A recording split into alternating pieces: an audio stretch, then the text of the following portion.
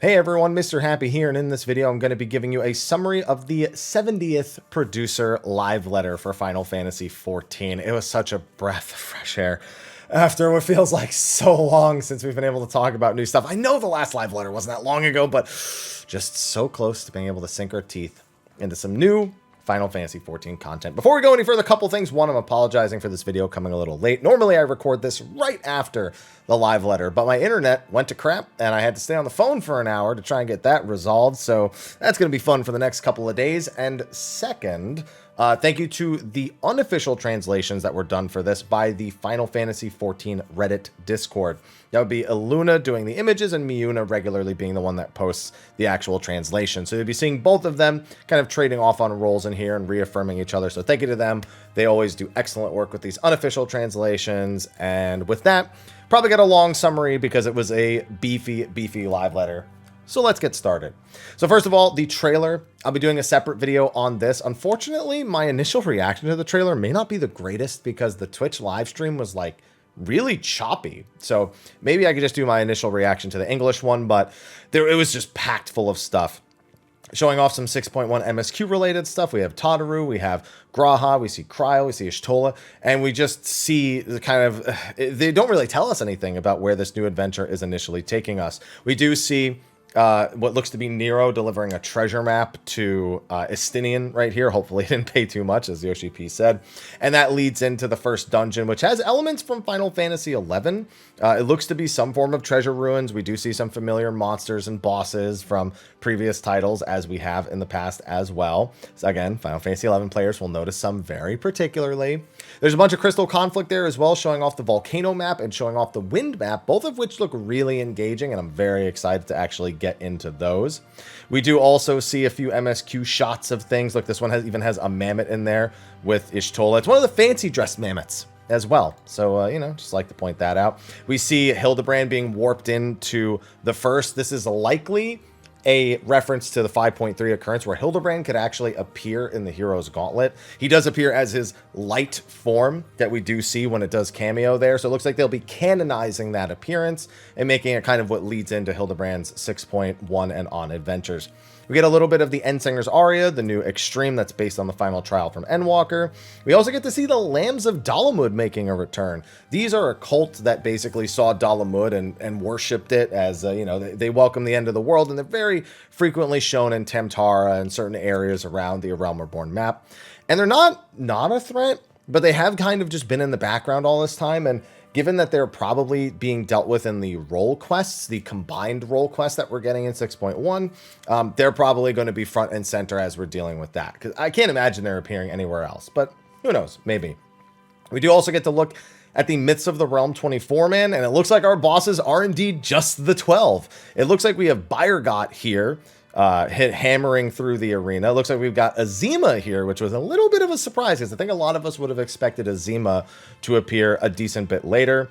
We do also have Rhalgr, of course, who's you know, having a grand old time. You know, this is a nice callback to. I'm also wondering if these are actually the locations for these, or if these are being simulated somehow using technology from Elpis, because I don't know, something about these is not right. There look to be these kind of projection elements, like you can see in the top left, that almost seem, again, I'm not 100% convinced these are the real landmarks. This is way high off the ground for this statue even.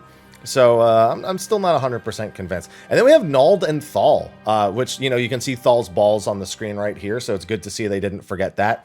That attack better be called Thal's balls, I swear to God. But the Nald and Thal appearances look really, really cool. And they are also what looks to be the theme for the armor.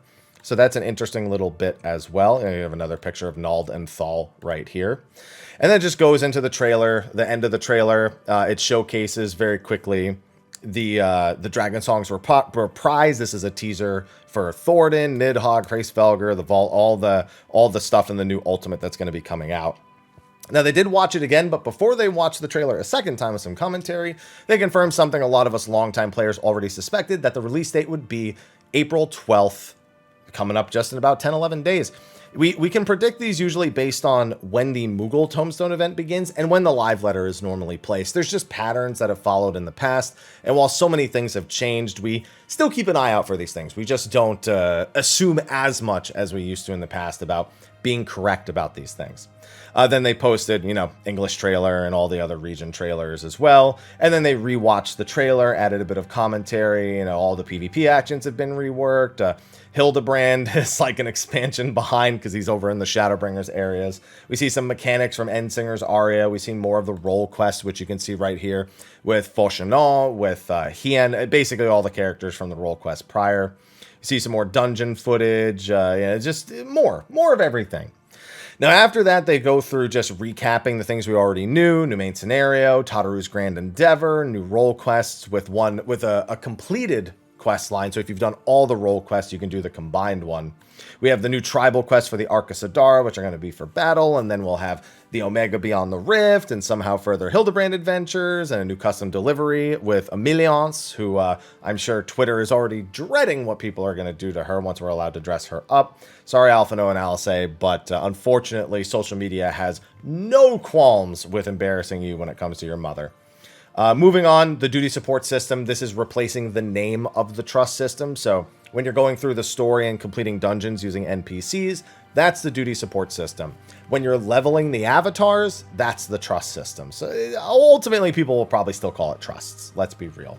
They reworked some dungeons like Cape Westwind, Total Rock, Hawk Manor. Some of the duties were made 4-man. They covered a lot of this in the previous live letter, so we're not going to talk about this all too in depth. They then go through showing the UI. And by the way, Eager, I'm not convinced based on those mugshots that any of them are eager for this. Because, look at the Eager Conjurer. He is not eager to do this at all. And then you can also access the usual duty support systems with, Shadowbringers and Endwalker, as we've had up to this point. And they're going to be adding in everything from Between a Realm Reborn all the way through to the most recent content. So that way the entire game has this duty support system for getting through the MSQ. Some things like 8-man content in the Crystal Tower aren't part of this system, but they've expressed interest in adding those things to the system at a later date. But we just don't know when. So please be on the lookout for those, probably sometime way, way later. They also, the translators grab the debug commands for some reason, but, that's fun. And then, just more of this. We do get some Scion characters. Yeah, these aren't even like B tier. These are like D tier Scions. They're just letting you know that they are Scion related in some capacity. And that's just probably because you have to deal with Echo related stuff. So I guess they want to tie it together a little bit more tightly. We have to see a little bit more of the reworked Total Rock, and it's like a completely different dungeon. They got rid of the side paths. They got rid of all the gunk on the ground. The lighting is well improved. It's a much better experience visually, and it's a much more linear experience. Something more like the modern dungeons we get, and less like what the original Total Rock actually was. And then also, like, Hawk Manor has a teleporter in the basement after the second boss now, so they're going to make sure to streamline the experiences for those much more narrowly. Then we have a new dungeon, which name is still not presented. They said it's a spoiler, or they don't want people speculating too much, so they're leaving it out. The new Trial Endsinger's Aria, which we mentioned already, and the new Unreal is Ultima, which I'm very much looking forward to as well. Let's see. What else do we have? The new Alliance Raid, Myths of the Realm, and then the new Ultimate, which will be April 26th, the Dragon Songs Reprise. We'll be posting plenty of content about that on the channel, so please look forward to it. Now, they mentioned that there will be job adjustments, PvP updates. They'll talk about these a little bit later. Talk about housing sales in the Empyrean and Ishgard, Adventurer Plates and Portrait Editor, which they talk about later. Unending Codex, which is just information on NPCs and characters. You get that from the patch 6.1 MSQ. And a reminder that data center travel is in patch 6.18. Moving forward, just a few other smaller things. New Game Plus for more recent stuff. New Hrothgar and Vieira hairstyles. More glamour plates and being able to use them in sanctuaries. The ability to try on items from the online store in-game using the Dream Fitting feature. Only available in the in-room when you talk to the bed. So it's not intrusive at all. And you can't actually buy the items from in-game. So people who are concerned about intrusiveness from the online store, they're making sure to limit that as much as possible. New idle animations for parasols, check marks on minions and mounts that are already acquired, and a better means of searching for minions and mounts that are purchasable via the marketplace. We do see some of the new Hrothgar hairstyles, and some of them are all right. You got this Karen hairstyle right here. And then the snow, this one looks really good. The snow hairstyle, probably one that's very much in demand, even matching the chest hair, weirdly enough. But then I was like, okay, this one's still kind of okay. It's a little, it's a little boyish, but then the 2B one, this one is just, that doesn't, like, so the fact that the ears aren't there because they're under the hairstyles, that's how they've kind of gotten around the ears getting in the way of the hair. It just looks not right. Even Foxclaw looks at it and starts laughing because he's like, why does that look that way? Even he knows it just, something isn't, it's just without the ears, it's like it's barely even a Hrothgar. And it's the same with the 9S hairstyle. He's not as amused by the 9S hairstyle, but, you know, he is mildly amused by it. Yeah, they just don't, I don't know, Hrothgar just doesn't look good with them. So, but they're doing it, so they'll be in there. Don't you worry about that. Then they talked a little bit about job adjustments. Now, they made sure to say, probably like 4 or 5 times, that these are not all the job changes. It even says at the bottom, the above is not an exhaustive list of adjustments to these or other jobs, meaning even like Machinist, Samurai, Ninja here, these are not all the changes or are not indicative of all the changes. Speaking about the individual ones we do hear about, Machinist getting some potency buffs to Heat Blast, Wildfire, and Drill. Honestly, not the major complaints. Most people are still concerned about Hypercharge's limited time frame not being friendly to high ping players. Same with Wildfire. So the fact that's not mentioned here is a little worrying. Even if they do say it's not all of them, you'd think they'd want to highlight an element like that more than something like increased potency. So while the buff is welcome, it's still not, I think, what Machinists really want and or need. Samurai also very strange. So they got rid of Kaiten, which was a big surprise. And they also made it so all their hardest hitting skills, Madare, Keishi Setsugeka, Ogi Namakiri and Keishi Namakiri, all are guaranteed crits now. Now, because of the change of removing Kaiten and adding these auto crits, they obviously have to do potency adjustments. They've acknowledged that here.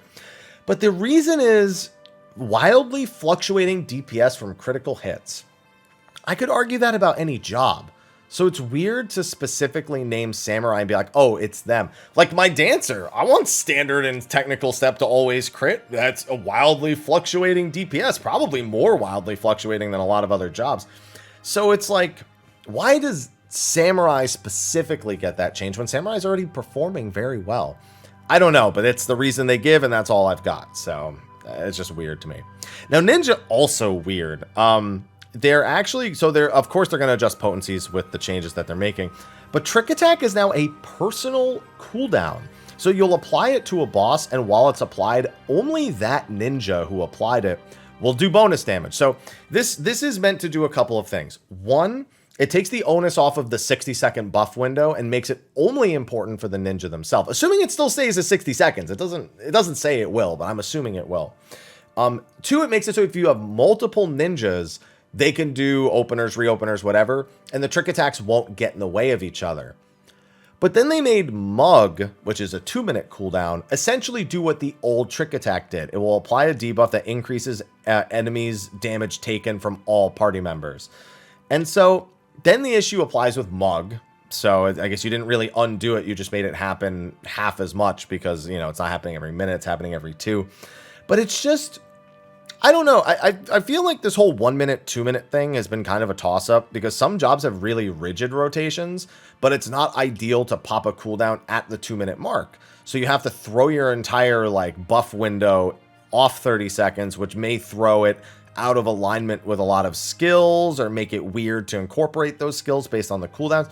There's all sorts of really finicky things with this whole 1-minute, 2-minute thing, and it's really exposed itself over the past several months. And I don't know if making Ninja stricter like this to that 2-minute timing is really a good idea, or if it's a good idea to do this 2-minute thing as a whole for the game. But that's what they're doing, so I guess we'll just have to see how it turns out. As for the next part, they do go over some healers, tanks, DPS, a few other things.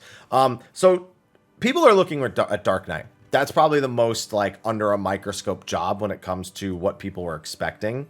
And they did get one major change that's listed here. When you are under the effect of Walking Dead, that's when Living Dead is already procced and you just have to get back to full HP in order to survive. Your attacks will generate a significant amount of health, so you can assist in getting your HP back with Walking Dead. Now, we don't know exactly the details of that. In a dungeon, we don't know, for example, if AoEing will heal you to full while you're under Walking Dead. If it does, that's pretty cool. And then on a single target boss, it probably wouldn't. You just you'd need assistance, but not nearly as much. It wouldn't be like, oh, if you don't have Benediction, then I got to make sure I save 2 EDs for this or something like that. It's just less strict overall. But there's nothing else mentioned. And while Dark Knight is in a strong place right now, especially when it comes to its DPS, there are definitely gameplay changes people want without buffing or nerfing its power. And this isn't that indicative that they've listened too much. So while we should wait for the patch notes, I'm not super hopeful for anything other than that for Dark Knight. So we'll wait and see. Dragoon shortened animation locks for jumps again. Summoner Searing Light will now be cast directly from the summoner instead of Carbuncle. Now that is a nice quality of life because it can be kind of frustrating to have Carbuncle be the only time you can actually use Searing Light. But it means Carbuncle only has the shield now. And you know what? It would also be great if I could just use the shield whenever. So are they just going to get rid of every skill off Carbuncle and he's literally just there for glam because he doesn't even auto attack? I don't think that's that improbable at this point. It seemed pretty possible even at the beginning of Endwalker. So White Mage, couple of pretty nice changes here. Cure 3 and Asylum both having their radius extended to 10 yalms. Cure 3 having a 10 yalm radius is nutso. And Asylum's an extra 2 yalms, so you know that's welcome. But more importantly, Liturgy of the Bell can now be ended at will, and it will restore HP based on the number of lilies remaining. So you can use it more as a timed heal, which I think is actually an awesome, awesome thing. Oh, sorry about that. I forgot my internet went out, so Sly's checking to make sure that we're still on for State of the Realm at noon, which we are, but, you know, I got to get this done first. Now, I know some people are concerned about some other things for White Mage that aren't mentioned here. Their MP budgeting is a big thing. They did make mention separately, as noted by the unofficial translations, that all the healers are getting MP-related changes, so that will probably help White Mage deal with those woes. I know the other thing is lilies not being damage neutral, which is not mentioned anywhere here. They would need to buff Asylum. They would need to buff Misery to 1,240 potency to make lilies damage neutral, which would mean that if you use one, you don't actually lose any DPS. A change I think they should make, a change that, you know, career healer Momo has mentioned many times and other healers have mentioned as well. And maybe, again, maybe it'll be there. Maybe it's just not in this initial post, but until it's there, then we're going to have to be skeptical. And then Scholar also, Sacred Soil being extended to 10 yalms. That's just another 2 yalms, just like Asylum. And Expedience, the sprint part of it, is going to be reduced from 20 seconds to 10 seconds. However, the damage reduction looks like it'll still be 20 seconds. So an unbelievably powerful cooldown. It's still an unbelievably powerful cooldown, and that's not going to change. So Scholars, you may lose a little bit, but rejoice that you're not losing more. Also, Ninja and Red Mage are going to have lower animation locks alongside Dragoon. Red Mage is having its displacement skill reduced to 0.3 seconds for its animation lock. So interested to see what other changes are going to be there that aren't listed here. Then they gave us a brief showcase of Myths of the Realm. He just walked through, avoided any spoilers, didn't fight anything. So it's beautiful, don't get me wrong, but there's nothing really to dissect or say about any of this stuff. Other than, again, I'm still not convinced that this is just some random castle in the sky. I am wondering if it's a projection of the 12 in some capacity, because they even said that this doesn't impact the MSQ at all. You'd have to imagine killing visions of the 12 would have some impact on the world, unless it was more of just a method of exploring their origins, their appearances, their histories, and as a result, we actually do encounter them. So, curious. You can fall off on the first 2 boss arenas. You'll burn to death on the 3rd one. And other than that, please look forward to it. They did also show off the gear a little bit later. If you look at Naldenthal's appearance with like the golden plated armor and the translucent capes and the darker robes, that's what the armor will be. And I'm only telling you that before I show you because they do the thing where they just hold up pieces of paper and you really can't tell. We're going to have to wait for updates to the press site, which hopefully don't take too long. The Arc of Sadara will be the tribal quest in 6.15. The mount reward will be a hippo holding a carriage. So apparently we're doing pod racing, but it's hippo. It's hippo racing. So that's going to be a fun time. So they show off the hippo mount kind of briefly. Unfortunately, a lot of the times it's not like a great angle of when he was trying to show it off. So none of these pictures really do it justice. But it also looked like it wasn't finished yet, in all honesty. Like the animations were really stiff even for a hippopotamus. So not really sure. We do see some other mounts as well. We see it's troll. They're trolls. I always want to say shaggles. We get a troll mount, which is, you know, a reskin of the Gubu mount. We do also get like a hippogriff-esque thing. Yeah, I guess it's, you know, it's funny. I look at it and I know I want to say, because it's not really it is a hippogriff. It's not a griffin. So, you know, I always get the two confused, but I'm always thinking of Monster Hunter when I look at that for some reason. I can't remember what these are called. This is like the first boss inside of, not Academia Anator, the other Anator, the 6.2 dungeon. We've also seen them in other locations as well. But, yeah, they got the big chomping T-Rex alligator looking things. The Unknowns, I believe they're called. And also the pod from the Near Raids is becoming a mount. They said it would be very easy to obtain. And, yeah, that's it. So it's been a long time request and it's finally happening. They did also show off some minions. They showed off, honestly, this one blows my mind. It's literally a tiny red wind-up Garlean car with Nero in the driver's seat, or the passenger seat, depending on which country you live in. And yeah, Todd said this was Little Nero's pizza delivery, and I'll never unsee that or unhear it. So I love it. We do also see the last boss of the dungeon, of the new dungeon, is a minion, so you know that's fine right there. We have a little, like, a fat baby dreadnought. It looks like a little chubby baby of a chubby baby. Then we have a booby, which is the name of this bird. This bird is a booby bird. So there are boobies in game now.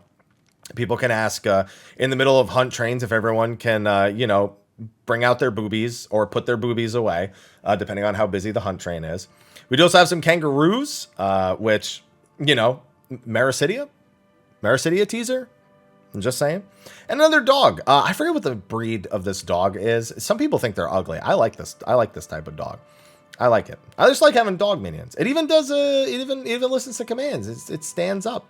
It stands up. It just wants you to love it. New type of parasol, new parasol idle animations they mentioned earlier. What's his name? Nero's sunglasses as a fashion accessory. A pair of normal glasses as a fashion accessory. And, yeah, then they moved on from that, and they went over to the in-room to show off Dream Fitting. This is the thing that just lets you try on stuff from the online store, but you can't buy it in-game. And so, you know, oh, sorry, I just dropped something. I'm all over the place today. It's nothing to it. It's just you can check to see how it looks on your character before purchasing it, which is good. You know, you couldn't do that before, and now you can. But you can only do it in the in-room at the bench. So that's the only place you can do it.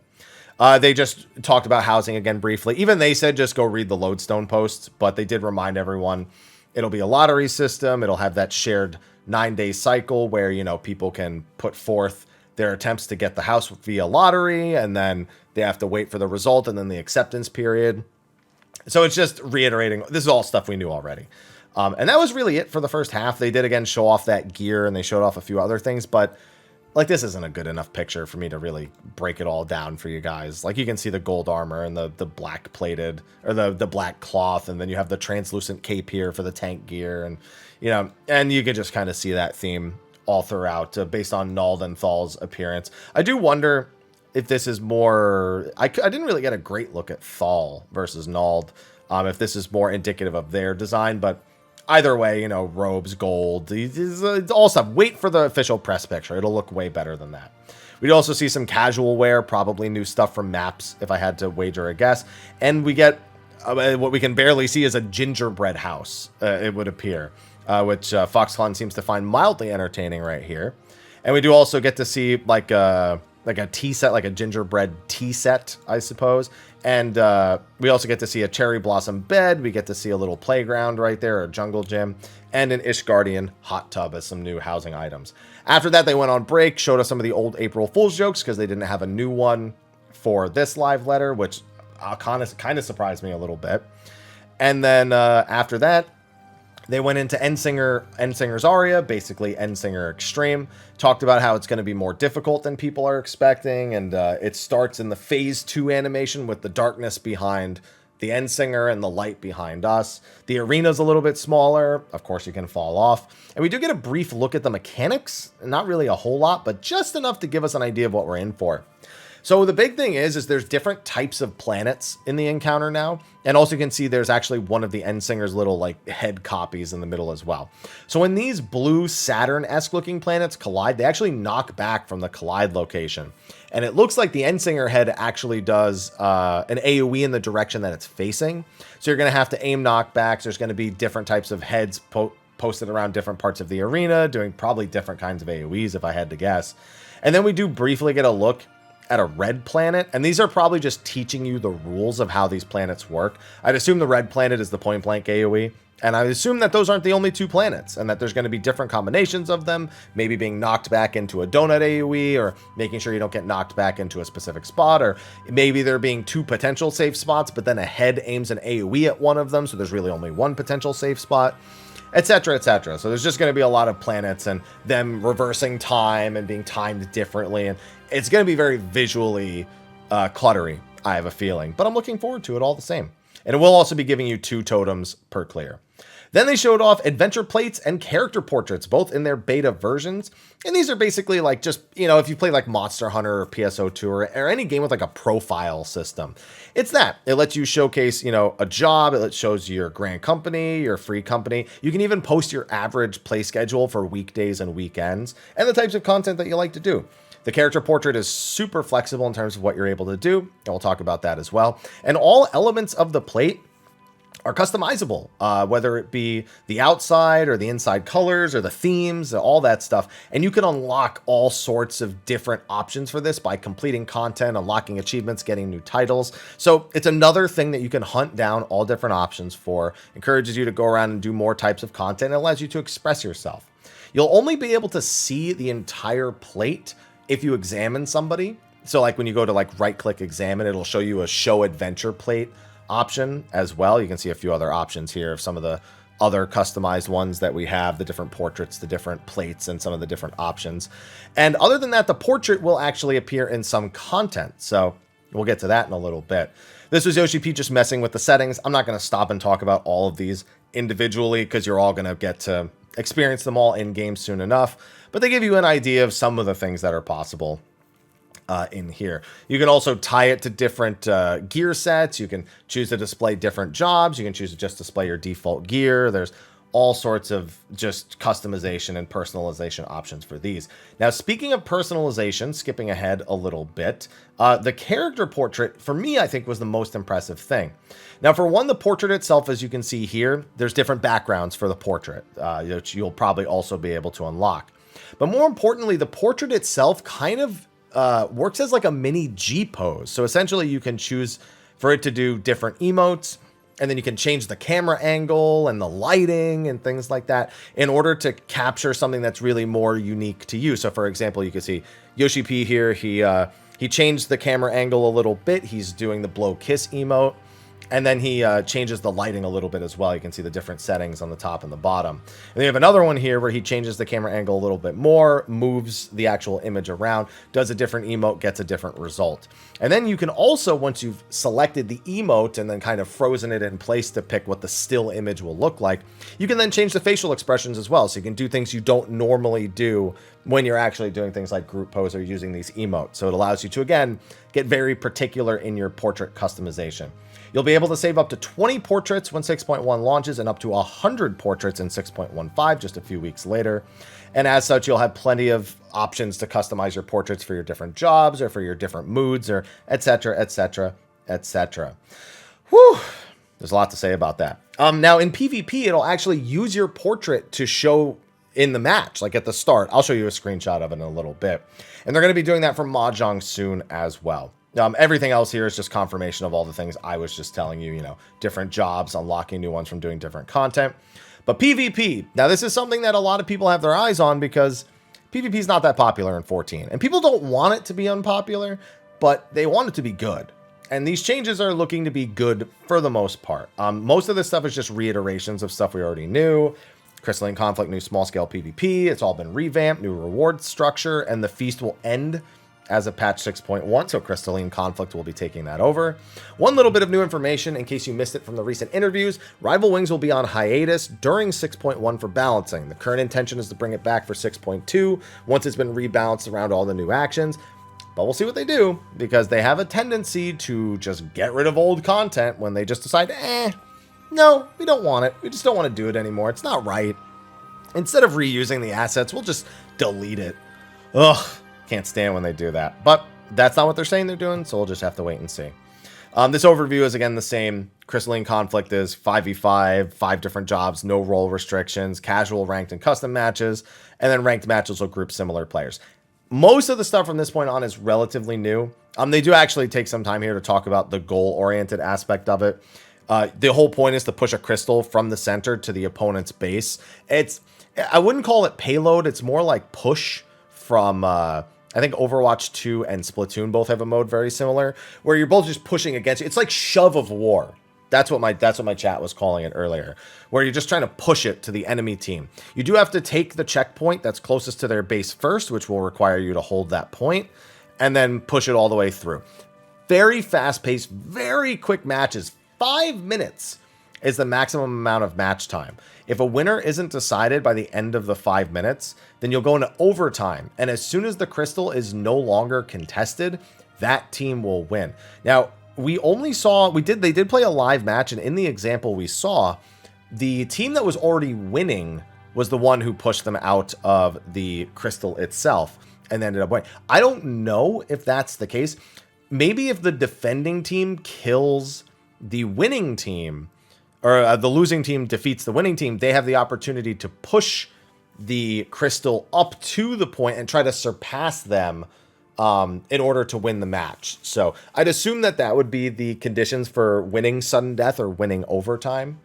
And but they weren't entirely explicit about that.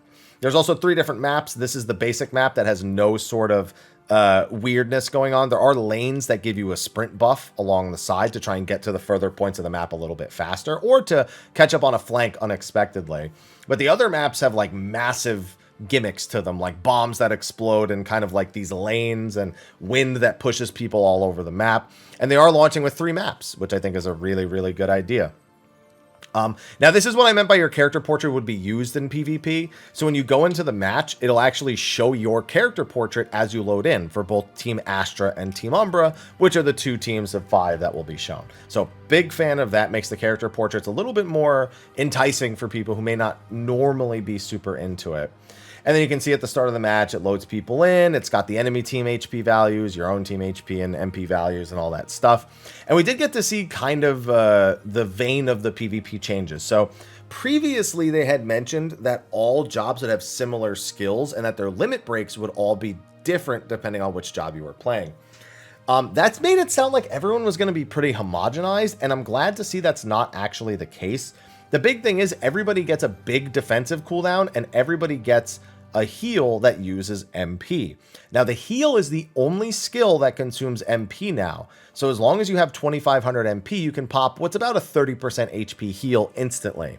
If you manage to get like 5 seconds to yourself, you can also actually drink an elixir, and that will fully restore your HP and MP without needing you to go all the way back to base. So that's something, if you can get away from the action and manage to channel, can then get you right back in the action. And that's going to be something you'll have to track considerably, especially if you're the enemy team trying to stop the team from using it.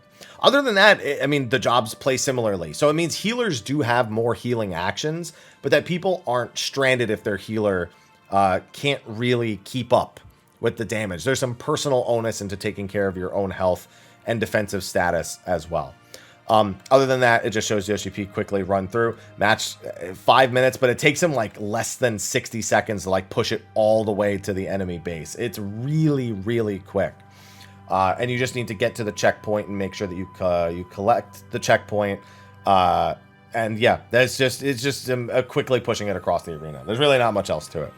And with the matches being so quick, that'll probably be pretty good. Then they played a match, and it goes... Yoshi P lost. His team was getting absolutely dumpstered on. In fact, the opponent team, I'm pretty sure, deliberately dragged it out just so there could be a better demonstration, because they were winning so handily. It looks fun. I'm really looking forward to it. I'm glad to see the really short matches. I think that'll make it much easier to jump in and jump out. And with the other systems that they're putting in place, I think it's going to be pretty popular. Not to mention, it has the Festival of the Hunt music from Final Fantasy IX as its base theme. And then it has the, I don't know the name of the track, but the intense theme from Final Fantasy IX, where there's like a chase scene going on. That's the overtime music. And that was a very, very well used, very well used theme. Now they have to explain the series reward system. This is basically like a battle pass in-game. It doesn't cost real money. You're already paying your sub. That is your real money. And it's essentially just when you play any form of PvP, you progress through the series, and you'll be able to unlock a bunch of rewards for each individual series. A series will last one patch, so 6.1 to 6.2, 6.2 to 6.3, etc. And you'll be able to earn those rewards while it's active. Now, as you can see here, there's like an emote, some adventure plate related stuff, Nero's glasses, and then an entire armor set at level 25. Now, you do also earn trophy crystals, which can actually be used to purchase rewards that you've missed. So, for example, let's say you wanted the outfit from Series 1, the rank 25 reward, but you didn't play Series 1. You only started playing in Series 2. You could take the trophy crystals you earned from Series 2, which cap out at 20,000, and buy that reward the following series. Now, according to the live letter, a series reward will only be purchasable for trophy crystals for one additional patch, meaning that the 6.1 rewards need to be earned by 6.3 or they go away. That's a little counter to what they actually said a couple of live letters ago, where they said that eventually the rewards would come back. Now, it could be that both of these things are true, but that there's like a break, like from 6.3 to 6.5, maybe the series rewards aren't there from Series 1.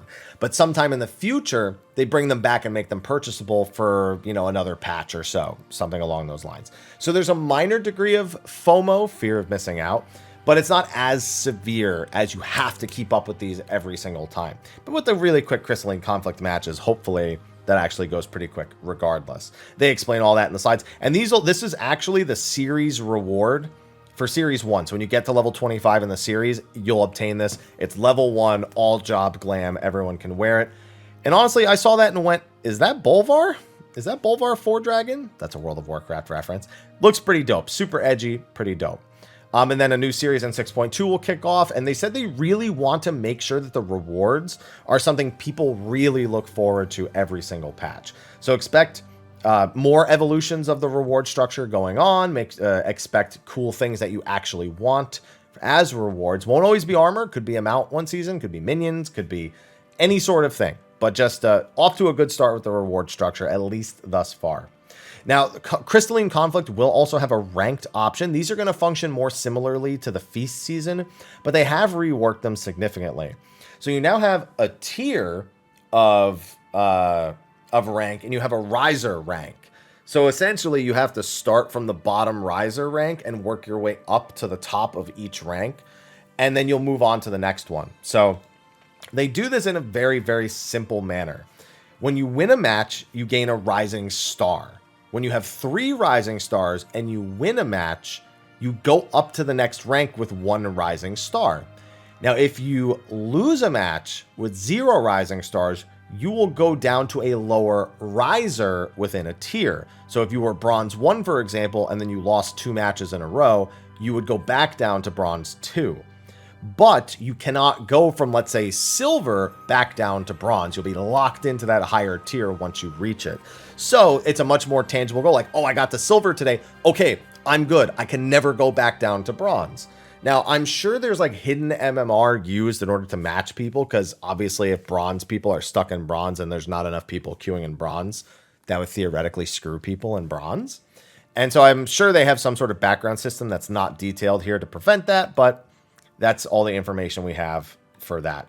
Also, when you reach the crystal tier by gaining 3 rising stars and then winning a match in Diamond 1, this is really your like ELO mode. It's master rank essentially, where every time you win or lose a match, you gain a rank. You know, you gain like 25 crystal points or you lose 12 crystal points, etc., etc. And that's really where the hardcore ranked grind will really be. Just like it's present in other games such as League of Legends. I think Apex does something similar as well. But either way, it's I'm a fan of almost all of these changes. I'm still curious about the fear of missing out change that doesn't sound like it's in line with their original statement. But other than that, I'm very excited. What's also interesting is there's actually going to be 2 seasons between 6.1 and 6.2. There will be ranked season 1 from 6.1 to 6.18, and then another one from 6.18 to 6.2. Now that's interesting because that's very different than what they've done before. They normally do like a preseason in the little in-between time and then start another one. I'm wondering if this is just to get it like off the ground to like build some excitement, because that means midway through the patch is a whole nother season, which is good from a content perspective of people looking to grind out and get rewards. So I think that's gonna play out well as long as they keep up with the rewards for the time being. Now that's it for all the 14 related content. Now we have news, and the initial news couldn't have been better timed. The Garo collaboration, which is a PvP event, is actually returning. This was present, I think, all the way from 3.5 until patch 5.0, but it disappeared for all of Shadowbringers in the beginning of Endwalker. They got permission to do it again. And so you're going to be able to earn rewards by participating in different types of PvP matches. That includes armor and weapons for all the jobs in the game, including the Shadowbringer and Endwalker jobs that did not have rewards because the Garo event wasn't around for those. And then there's also some mounts that you can earn as well, ones you've probably seen around the game before. Couldn't have been better timed. Great event, easy event, and a nice way to also encourage people to get into PvP on top of all the other changes. The Primals are also going to be performing live in June on both June 4th and June 5th in Japan. They will be performing live at the Makuhari Mess event hall, which I think is where FanFest and Tokyo Game Show were held before. And Soken was really excited to do this one. He's really itching to do something. There's also going to be a mini album for the Primals. It's going to have 4 Primal renditions of Endwalker songs, priced at $24.99, but it is currently not available for pre-order. It's also going to come with some stickers as well. There's some new merch being sold over in Japan, including a Primals. This is all Primals related stuff for their new the new concert that they're going to be doing, and it'll only be available in Japan. But you know me, I like to import stuff from Japan. Get another look at the shirt that Foxclon's actually been wearing pretty much the entire time. Also, new art book. This is available for pre-order now, and it will come with a Ragnarok minion. It has over 800 artworks from Endwalkers. If someone likes to collect art books and look at them, you'll get a minion alongside of it. And again, that is pre-orderable now. So that's it. It looks like it'll be out by the time 6.2 is out, so it may ship sometime in the next Tuesday, September 13th. When is that in relation? So April, May, June, July, August. That's like after 6.2, or at least it should be if they're sticking to the whole 20-week or 16-week schedule or whatever they changed it to. So yeah, it's going to be out much later, but 6.2-ish timing. There's also this new wearable immersive gaming speaker that they're doing with SoundSlayer and Panasonic. I'm not super interested in it myself. And then also they're going to do patch note reading for the full patch notes on April 11th. And what's this? Oh, and then Yoshi P is going to be on a TV broadcast where he's basically going to be like teaching people about Final Fantasy 14. And that's it. That's all. So there is a little bit extra here at the bottom. Jobs that are deemed too busy, like Dragoon or Astro, are currently under discussion from the dev team and can expect more changes in 6.2. Warrior will also be adjusted. Unfortunately, I'm blocking that little bit. And jobs at lower level, they're deemed too empty and will also be adjusted for 6.1. They actually did mention this throughout the live letter, and it was translated before this moment from Maluna. Yeah, they're going to be adding some skills and pushing them down to the lower levels to make the early game experience more fun. And you know what? That's something I've encouraged pretty actively, and they've done it for a few jobs, and I'm glad to see it doing it for more jobs. Woo! Over 40 minutes of summary. It was a packed live letter, and honestly, I have a lot more to say about some of the stuff, so we might make some standalone videos on some of the same topics that we discussed here as well. Anyway, with that, I got to get this posted to YouTube, and then I got to get ready for State of the Realm, which is in about 2.5 hours from when I'm recording this video. But with that, thank you for watching. Be sure to like, favorite, subscribe, and share, and stay tuned. We'll have plenty more Final Fantasy 14 content coming on the channel now that there's content coming out. I've got a lot of plans. Anyway, thanks for watching, and I'll see you on the next one. Until then, take care.